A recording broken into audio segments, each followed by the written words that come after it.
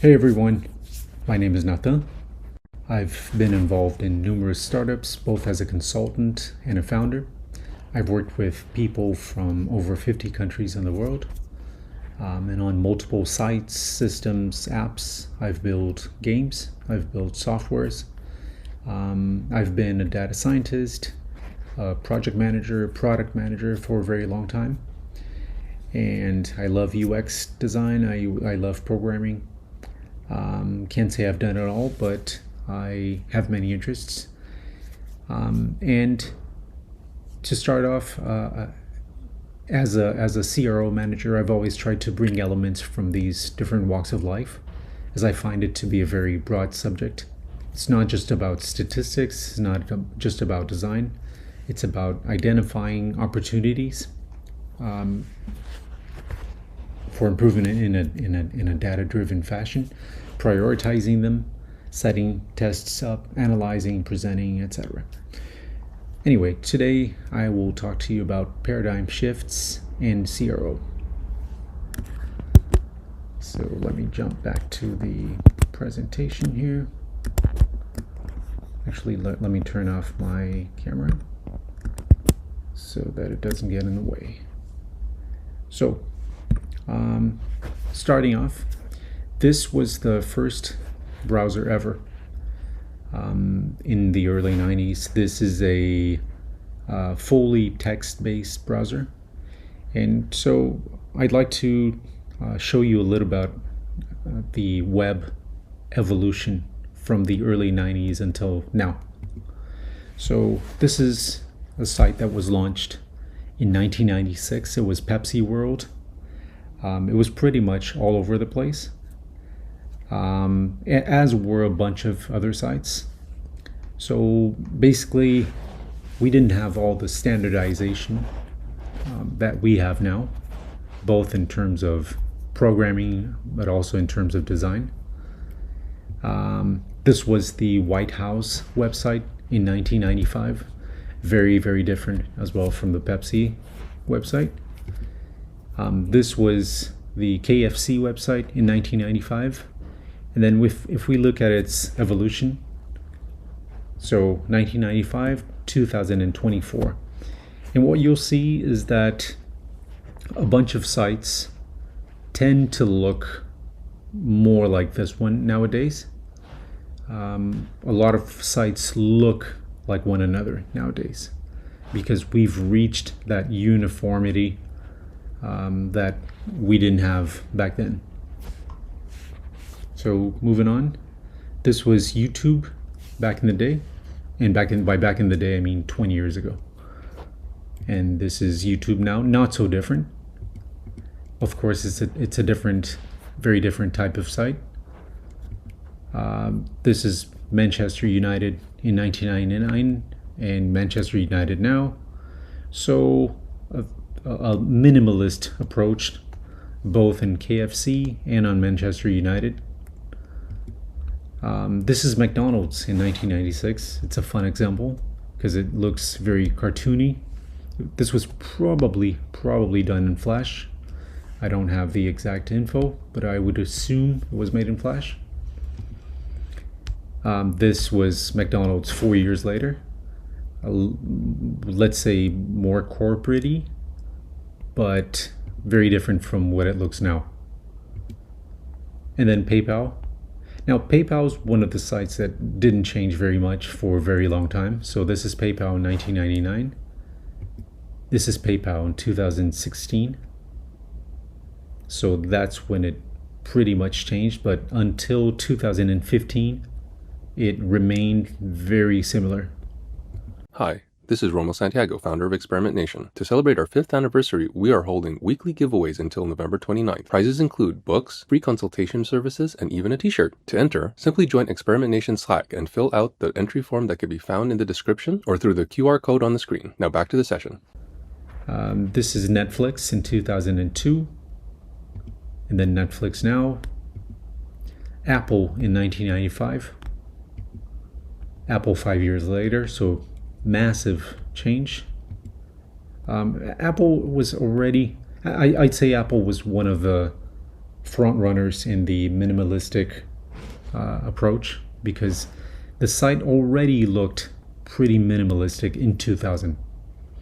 Then, of course, in 2007, when they launched the iPhone, it was very similar actually to what it looks now.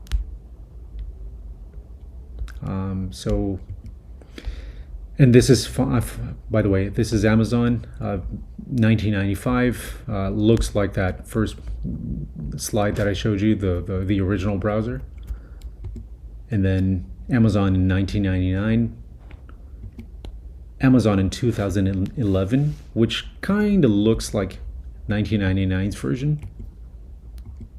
And then a little less minimalistic by 2014. And then more and more minimalistic. And now this is what Amazon displays. So the evolution actually tells us a story. It shows that information was too cluttered. People preferred interfaces that showed less and weren't so over the top. It's a story about uniformity and conformity over individuality. But also, it's a story where people chose simplicity and readily accessible information over random and sometimes chaotic.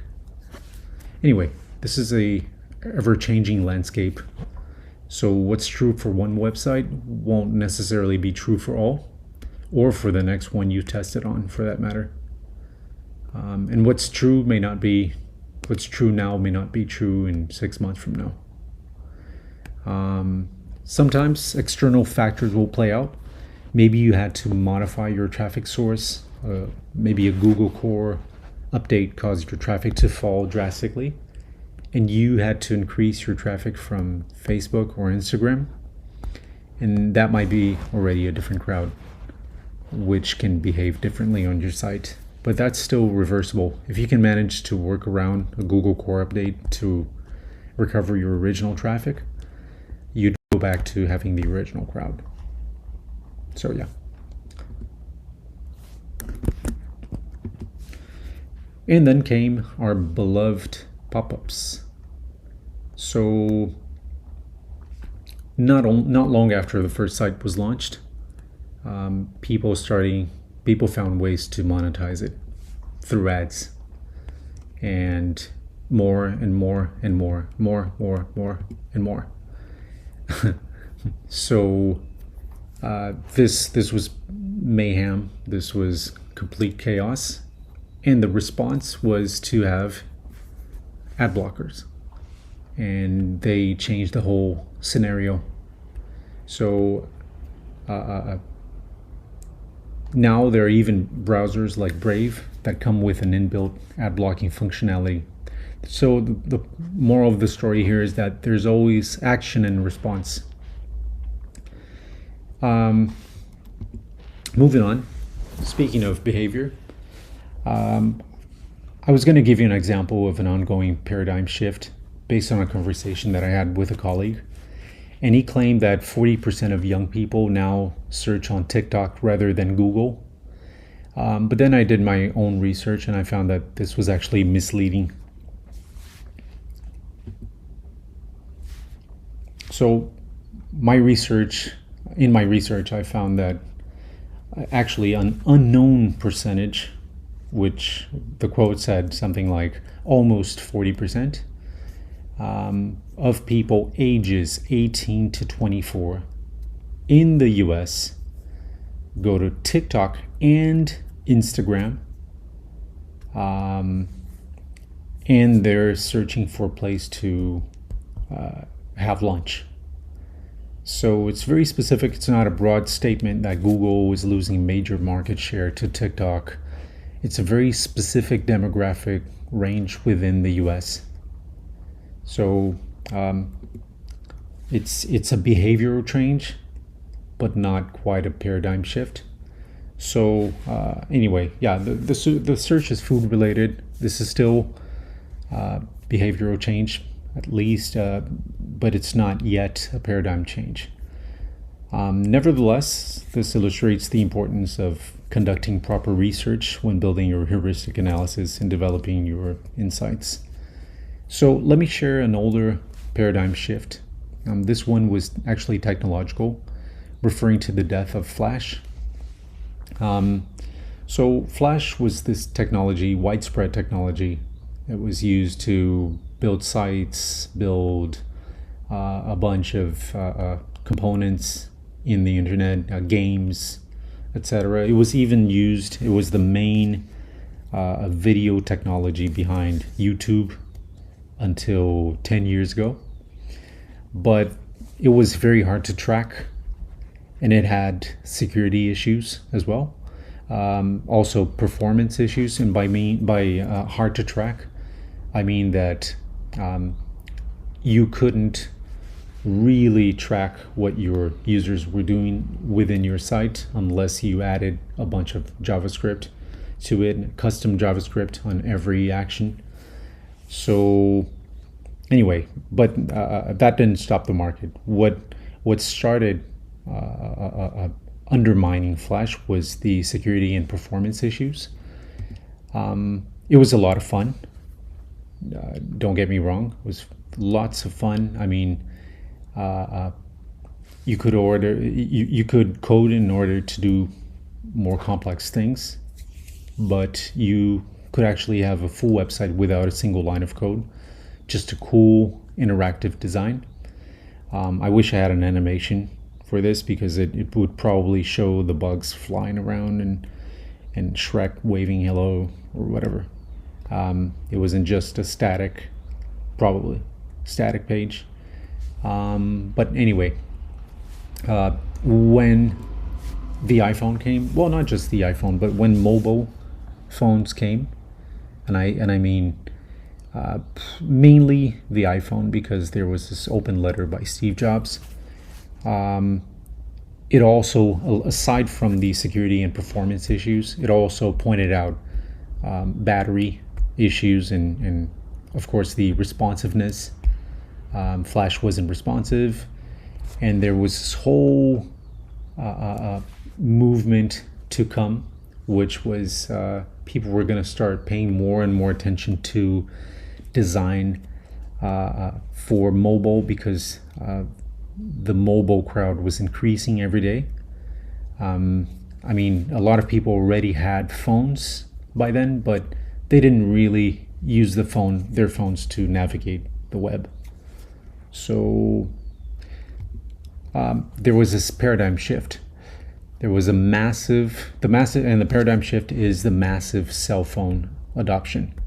So we went from designing browsers, because by the way, back then browsers had all these discrepancies. So designers used to have to customize very heavily for, let's say, Internet Explorer 6 versus Google Chrome versus Firefox, etc. And this was the headache at the time. And then once that stabilized, mobile phones started coming in with internet access, with internet navigation, I mean.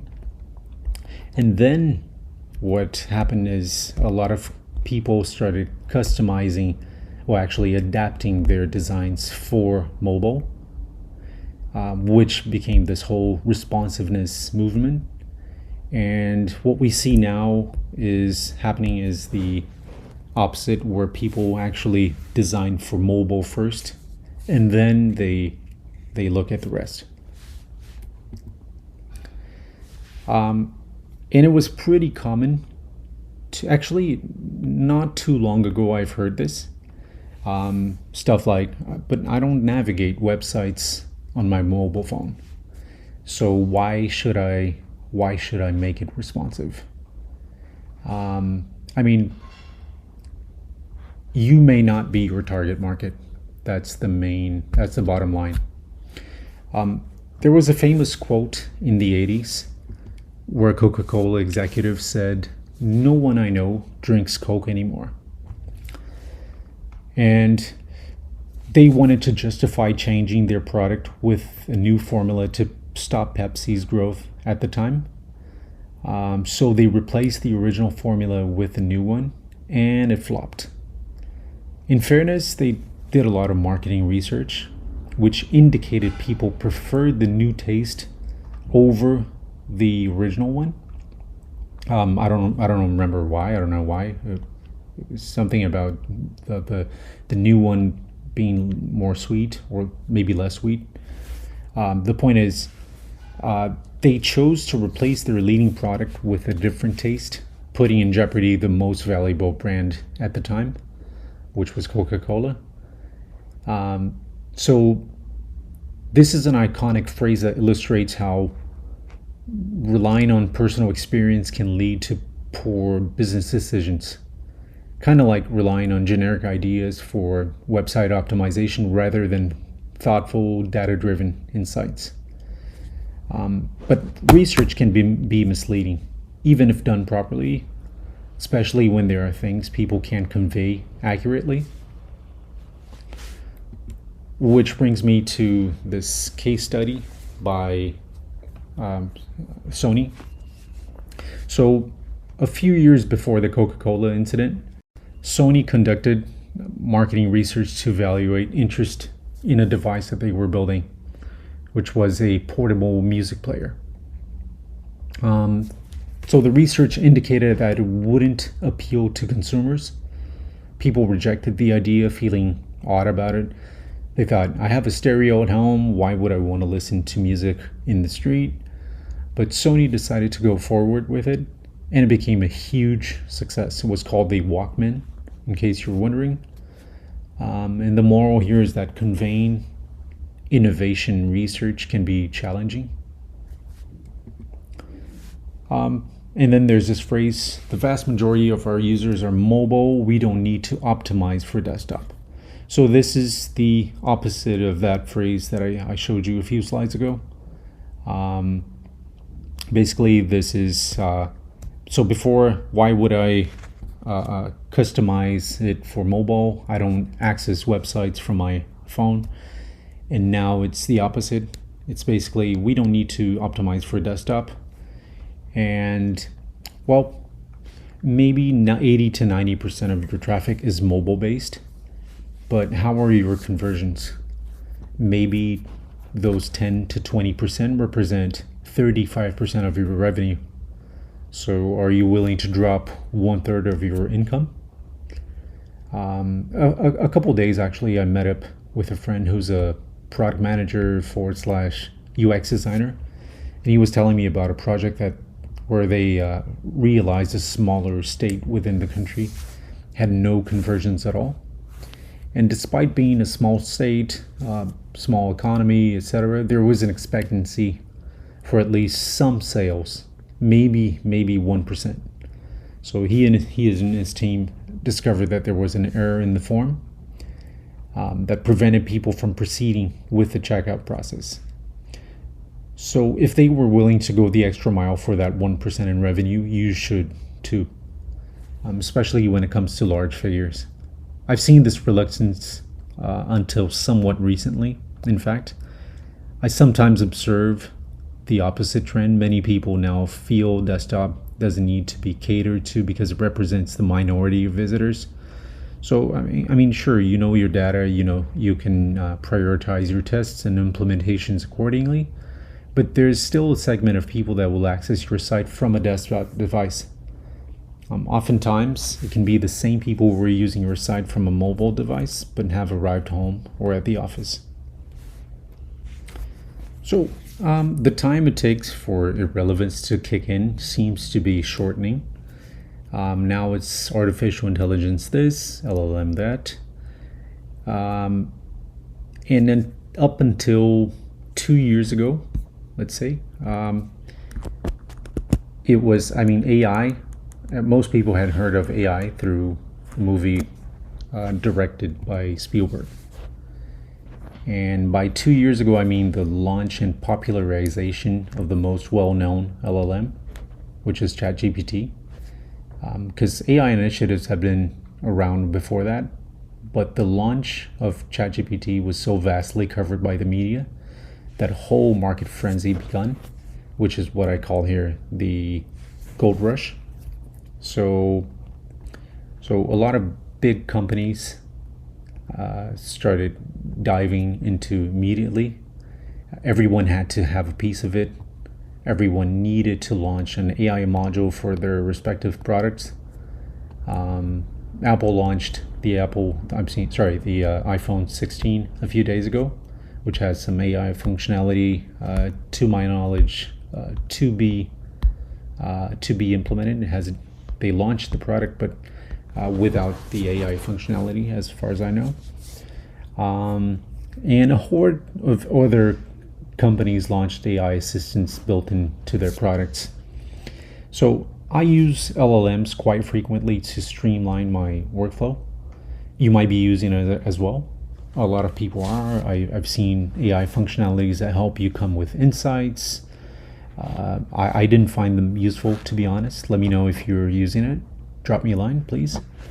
But really, I mean, it's nothing, absolutely nothing that would replace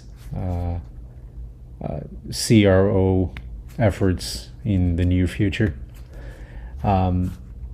Anyway, according to LLM stats conducted last year, around 2/3 of organizations use generative AI products that rely on LLMs to work with human language and produce content. So if you have so now you have, for instance, e-commerce websites using AI agents to help customers find a product, and that's the easy, obvious one. There are AI agents that help recover abandoned carts. There are bolder ones like a virtual try-on for apparel. I've seen initiatives surrounding this one for a very long time, but none that really succeeded, in my opinion. A step down from that would be using AI-generated models to display their clothes.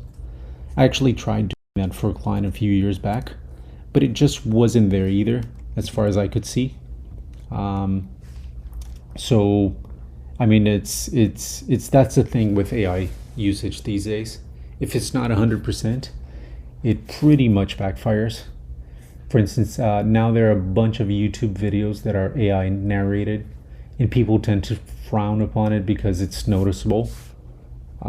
It's still noticeable, at least. But then there's this whole hype train about AI usage. Like, yay, let's cut our costs here. Let's maximize productivity there. Some companies are replacing core parts of their business and placing it entirely in the hands of AI. And by core, YouTube, I mean, like a YouTuber may be watched not only for his or her content, but also for his or her personality. And an AI-generated voice seems to detract from that currently. Maybe this won't be an issue in a couple of years. So there's a sort of tug of war taking place at the moment, where many companies, content creators, whatnot, are pushing for more AI, whereas people aren't really sure about this or reject it. So I've started seeing badges that come on that appear on sites, and these badges are displayed by the content creators, and they'll say something like, "This was not written by AI," etc. So let's not also forget that there are false positives, and I don't mean the type 1 error false positive, but cases where people will think you've used AI when you haven't. It can happen. It will probably happen to you at some point.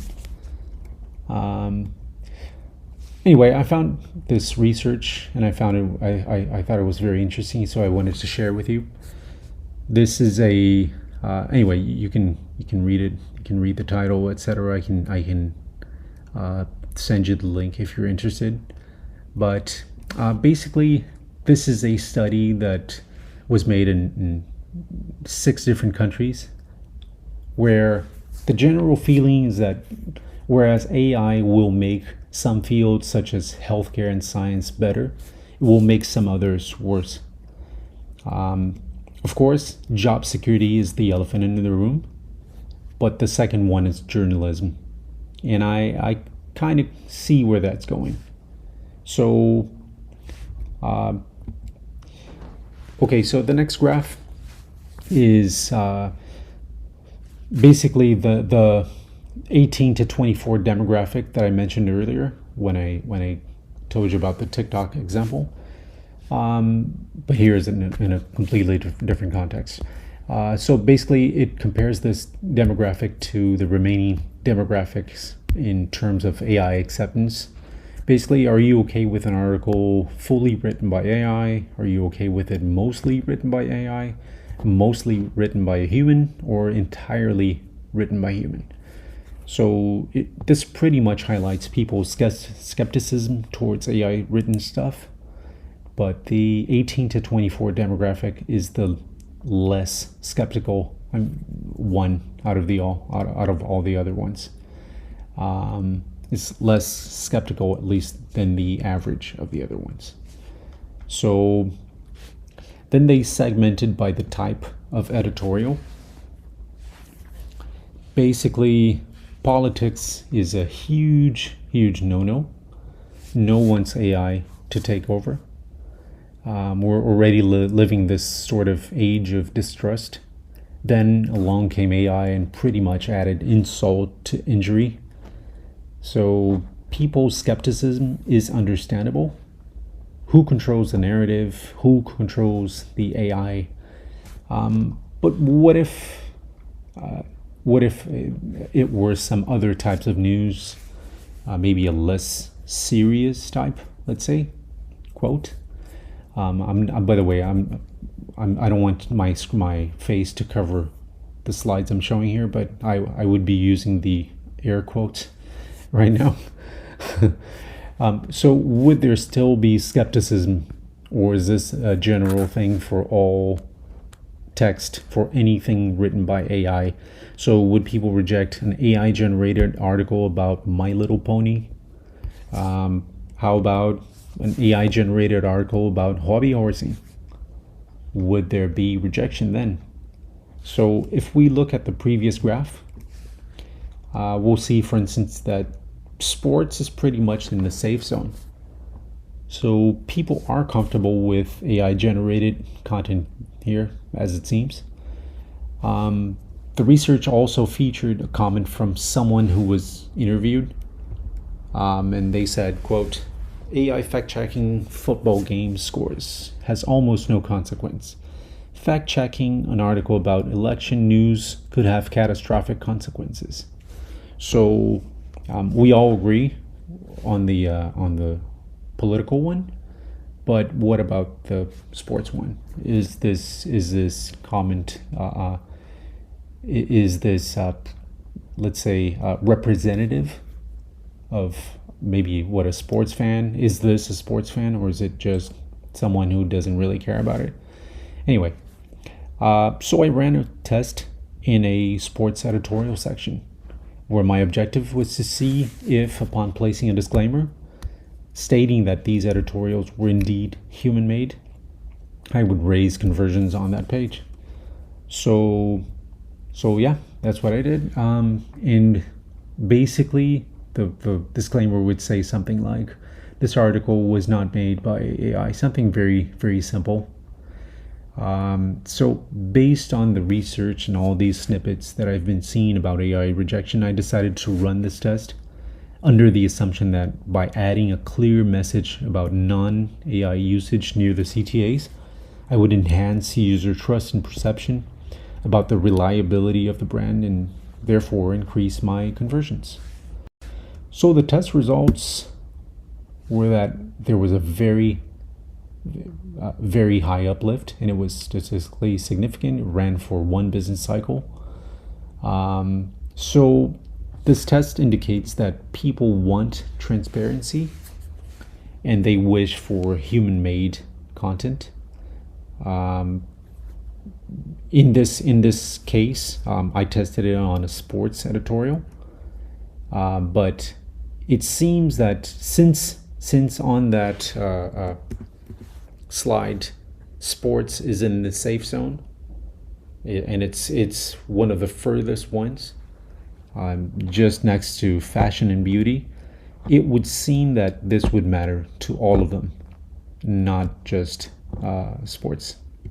Actually, sorry, it would matter to all of them, and not just the ones in the red zone. Let's say politics, crime, international news, etc. So, I would love to run the exact opposite test, having a disclaimer stating maybe that this content was AI generated. This article was 100% made by AI. But I don't have any assets that are AI generated, at least not now. So, and also from an ethical standpoint, I wouldn't like to false flag visitors. But if you do have a fully AI generated content and you'd like to run this test, please let me know its results. You'd be applying the disclosure paradox, which is where people might trust that particular article less for it, but your visitors might praise you for your honesty. So you might end up having a conversion gain. It might yield an uplift for you. Anyway, that's all I have for you today. I hope you enjoyed it. If you have any questions about this and or wish to connect, reach out to me on LinkedIn. Here's my QR code. Here's me again. A big thanks to Experiment Nation. Also, everyone involved. Thank you, who have made it this far. And yeah, thank you. Cheers. Hi, this is Romo Santiago, founder of Experiment Nation. To celebrate our 5th anniversary, we are holding weekly giveaways until November 29th. Prizes include books, free consultation services, and even a t-shirt. To enter, simply join Experiment Nation Slack and fill out the entry form that can be found in the description or through the QR code on the screen.